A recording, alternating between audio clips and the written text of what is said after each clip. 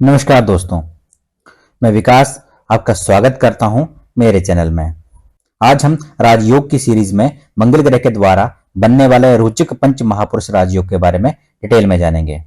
तो बने रहिए मेरे चैनल के साथ।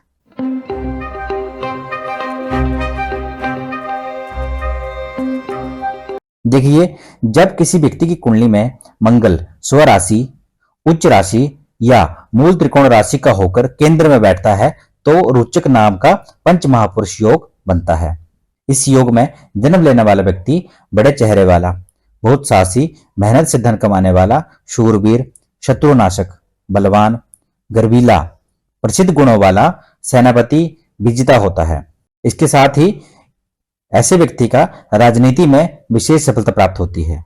तो कुंडली की सहायता से हम इस योग के बारे में और डिटेल में जानेंगे। तो देखो, यहाँ पे मैंने 12 लग्नों की कुंडलियां यहाँ पे बनाई हुई हैं और वहां पे मंगल की स्थिति को यहाँ पे रखा हुआ है। ठीक है, तो सबसे पहले हम जानते हैं मेष लग्न की कुंडली के बारे में। ठीक है, पहली बात क्या है इस योग के लिए कि जो मंगल है, ठीक है, मंगल जो है वो केंद्र में बैठा होना चाहिए। और दूसरी बात यह है कि मंगल जहां बैठेगा या तो वो उसकी उच्च राशि हो, या फिर वो अपनी स्वयं की राशि में बैठा हो, या फिर मूल त्रिकोण का स्वामी होकर वो केंद्र में बैठा हो। ठीक है, देखो इस कुंडली में क्या है, क्योंकि यहाँ पे मेष लग्न की ही कुंडली है तो मंगल जो है वो पहले भाव में अगर बैठेगा, ठीक है, तो भी ये योग बनेगा। दूसरा, अगर अपनी उच्च राशि, क्योंकि मंगल जो है मकर राशि में उच्च का होता है, तो मकर राशि में केंद्र में होके तो ये योग जो है वो बनेगा। बोलने का मतलब ये है कि मंगल पहले भाव में, अगर मेष लग्न की कुंडली है तो मंगल अगर पहले भाव में होगा तभी भी योग बनेगा, और अगर दसम भाव में होगा तो भी योग बनेगा। उसके साथ ही ये भी देखा जाता है कि मंगल की डिग्री कितनी है। ठीक है, मंगल का जो अंश बल है वो भी मजबूत होना चाहिए। और साथ ही साथ ये है कि ये जो योग है वो अच्छे से चलता नहीं है। ठीक है, ये अच्छे से वर्क करता नहीं है। ठीक है, वो इसलिए नहीं करता कि देखो यहाँ पे जो मंगल जो है वो अपनी उच्च राशि में बेशक बैठा हुआ है, ठीक है, मकर राशि में, लेकिन इसका स्वामी अगर कहीं तक भाव में चला गया तो ये योग जो उतना फलदायक नहीं रहता। ठीक है, उसके फलों में कमी हो जाती है। अब ऐसे ही हम दूसरी कुंडली देखते हैं, तो दूसरी जो है वो वृष लग्न की कुंडली है। और वृष लग्न में देखोगे तो वृष लग्न में जो सप्तम भाव है, ठीक है, सप्तम भाव में है, सप्तम भाव में मंगल है, तो मंगल क्योंकि अपनी राशि में बैठा हुआ है तो भी योग बनेगा। ठीक है, और रही मूल त्रिकोण की बात, तो मूल त्रिकोण में मंगल की राशि नहीं है तो ये स्थिति इसके लिए अनुकूल नहीं होगी। वृष लग्न की कुंडली में मंगल के द्वारा जो बनने वाला योग है ये सिर्फ सप्तम भाव में ही बनेगा। उसके बाद चलते हैं मिथुन लग्न की कुंडली में। तो देखिए, मिथुन लग्न की कुंडली में ये योग नहीं बनता। वो इसलिए नहीं बनता क्योंकि जो इसके केंद्र के जो घर हैं, ठीक है, केंद्र के जो घर हैं जहां पे मिथुन लग्न की कुंडली है, तो मिथुन लग्न की कुंडली में पहला भाव मिथुन का, चौथा भाव जो है वो कन्या का, सप्तम भाव जो है धनु का, और दसवां भाव जो है वो मीन राशि का है। ठीक है, और साथ ही हम बात करें त्रिकोण की, त्रिकोण में जो है देखो यहाँ पे पंचम भाव में तुला राशि है और नवम भाव में कुंभ राशि है। ठीक है, तो मंगल का यहाँ पे कोई भी स्थान नहीं बना, और मंगल अगर केंद्र में होगा भी तो वो योग नहीं बनाएगा, क्योंकि ना ही उसकी वो त्रिकोण मूल त्रिकोण की राशि होगी, राशि का स्वामी होगा, और ना ही वो अपने यहाँ पे मित्र राशि या उच्च राशि में होगा। तो मिथुन लग्न की कुंडली में योग नहीं बनता। अब चलते हैं कर्क लग्न की कुंडली में। देखिए, कर्क लग्न की कुंडली में जो मंगल की राशियां हैं वो दसम भाव में होती है। ठीक है, मेष राशि, और अपनी उसकी जो उच्च राशि है वो सप्तम भाव में होती है।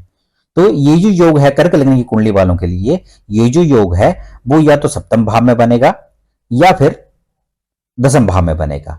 तो इन दोनों भावों में जो है वो योग बनता है। ठीक है, इसके अलावा और स्थिति ये है, कर्क लग्न की कुंडली में मंगल जो है वो मूल त्रिकोण का स्वामी भी होता है, क्योंकि पंचम भाव का स्वामी है वो केंद्र में बैठा है। लेकिन कर्क लग्न की कुंडली में अगर वो लग्न में बैठ जाता है मंगल, तो ये योग नहीं बनेगा, क्योंकि मंगल जो है वो नीच राशि में चला गया।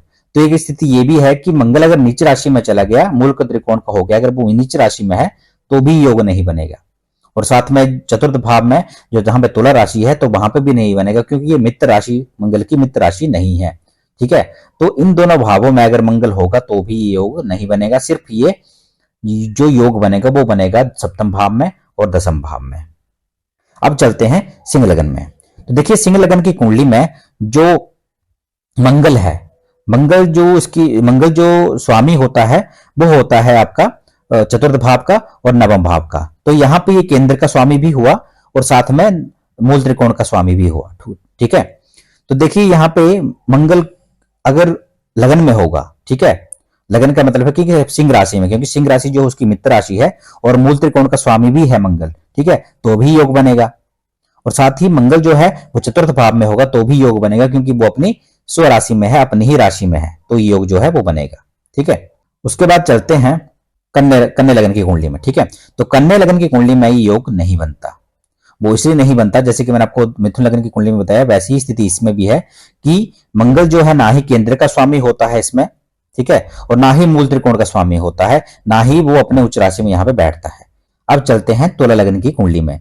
तो देखिए तुला लगन की कुंडली में आप देखोगे कि जो मंगल जो है वो सप्तम भाव का स्वामी होता है और द्वितीय भाव का स्वामी होता है। ठीक है, तो बोलने का मतलब ये है मंगल ये सप्तम भाव में बनाएगा योग। ठीक है, और साथ में क्योंकि मंगल जो है उसकी, क्योंकि इसकी जो उच्च राशि है मंगल की वो मकर राशि है, तो मकर राशि जो है तुला लगन की कुंडली मकर जो है वो चतुर्थ भाव में होती है। ठीक है, तो चतुर्थ भाव में मंगल अगर होगा मकर राशि में तो भी योग जो है वो बनेगा। ठीक है, तो इस कुंडली में तुला लगन की कुंडली में मंगल चतुर्थ भाव में और सप्तम भाव में योग जो है वो बनाता है।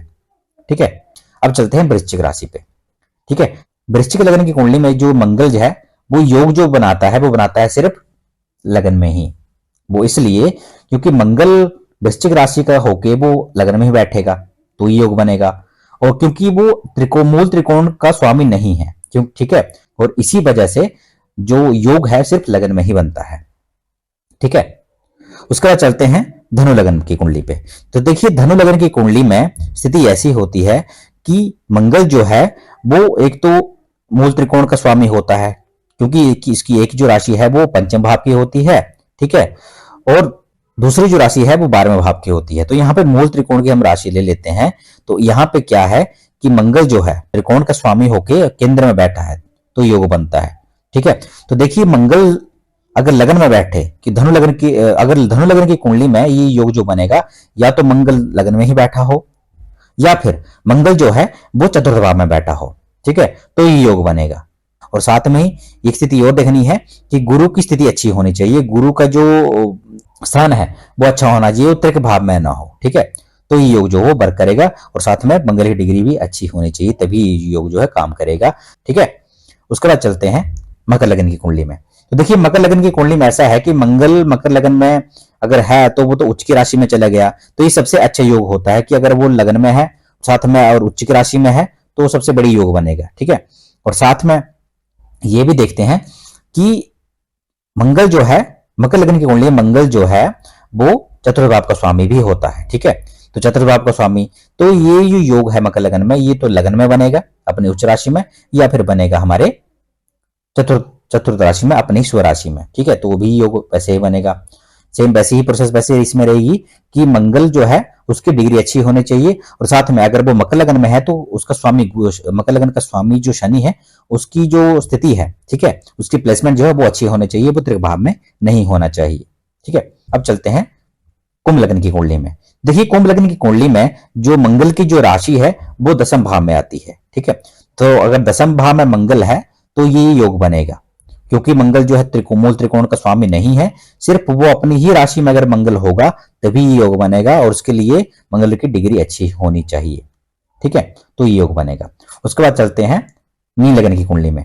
देखिए मीन लगन की कुंडली में मंगल जो है वो नवम भाव का स्वामी होता है, त्रिकोण भाव का स्वामी होता है।